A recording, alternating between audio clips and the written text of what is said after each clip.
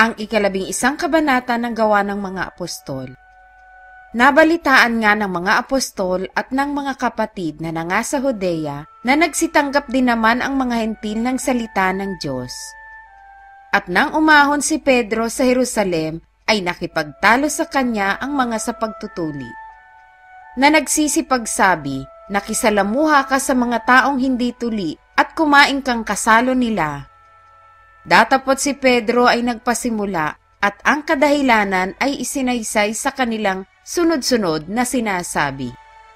Ako'y nananalangin sa bayan ng Joppe at sa kawalan ng diway nakakita ako ng isang pangitain na may isang sisidlang bumababa na gaya ng isang malapad na kumot na inihuhugos mula sa langit na nakabitin sa 4 na sulok at dumating hanggang sa akin.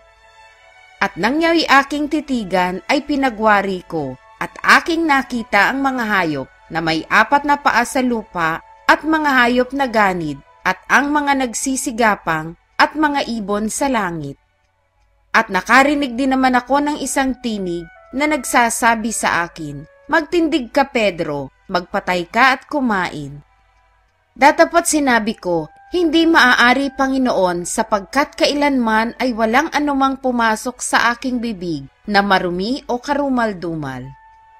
Ngunit sumagot na ikalawa ang tinig mula sa langit, ang nilinis ng Diyos ay huwag mong ipalagay na marumi. At ito'y nangyaring makaitlo at muling binatak ang lahat sa langit. At narito, pagdakay nangagsitayo sa tapat ng bahay na aming kinaroroonan, ang 3 lalaki na mga sinugo sa akin buhat sa Cesarea. At iniutos sa akin ng Espiritu na ako'y sumama sa kanila na huwag magtangi at nagsisama naman sa akin itong 6 na kapatid at nagsipasok kami sa bahay ng lalaking yaon. At kanyang isinaysay sa amin kung paanong nakita niya ang anghel na nakatindig sa kanyang bahay at nagsasabi, magsugo ka sa Joppe at ipagsama mo si Simon na may pamagat na Pedro, na siyang magsasaysay sa iyo ng mga salita na ikaliligtas mo, ikaw at ng buong sambahayan mo. At nang ako'y magpasimulang magsalita, ay bumaba sa kanila ang Espiritu Santo, na gaya naman ng pagbaba sa atin ng una. At naalaala ko ang salita ng Panginoon, kung paanong sinabi niya, tunay na si Juan ay nagbautismo ng tubig, datapot kayo'y babautismuhan sa Espiritu Santo. Kung ibinigay nga sa kanila ng Diyos ang gayon ding kaloob, na gaya naman ang kanyang ibinigay sa atin, nang tayo'y nagsisisampalataya sa Panginoong Hesukristo, sino baga ako na makahahadlang sa Diyos?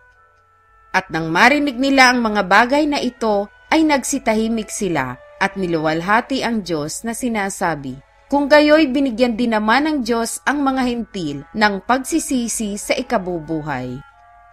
Yaon ngang nagsipangalat sa ibang lupain dahil sa kapighatian na nangyari tungkol kay Esteban ay nangaglakbay hanggang sa Phoenicia at sa Chipre at sa Antioquia na hindi nagsaysay kanino man ng salita kundi sa mga Hudyo lamang.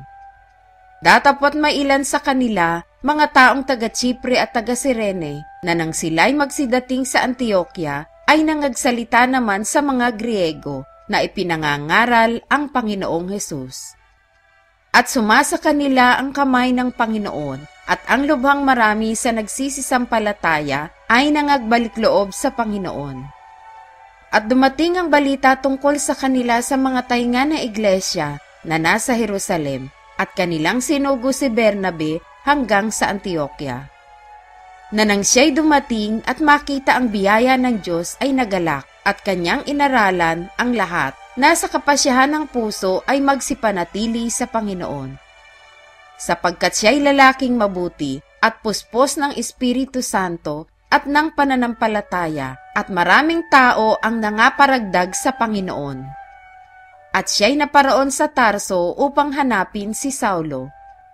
At nang siya'y kaniyang masumpungan ay kanyang dinala siya sa Antioquia. At nangyari na sa buong 1 taon sila'y nakisama sa iglesia at nagsipagturo sa maraming tao. At ang mga alagad ay pinasimulang tawaging mga Kristiyano sa Antioquia. Nang mga araw ngang ito ay may lumusong sa Antioquia ng mga propetang galing sa Jerusalem. At nagtindigang isa sa kanila na nagngangalang Agabo at ipinaalam sa pamamagitan ng Espiritu na magkakagutom ng malaki sa buong sanlibutan na nangyari ng mga kaarawan ni Claudio. At ang mga alagad ayon sa kaya ng bawat isa ay nangagpa siyang magpadala ng saklolo sa mga kapatid na nangananahan sa Judea. Na siya nga nilang ginawa na ipinadala nila sa mga matanda sa pamamagitan ng kamay ni Bernabe at ni Saulo.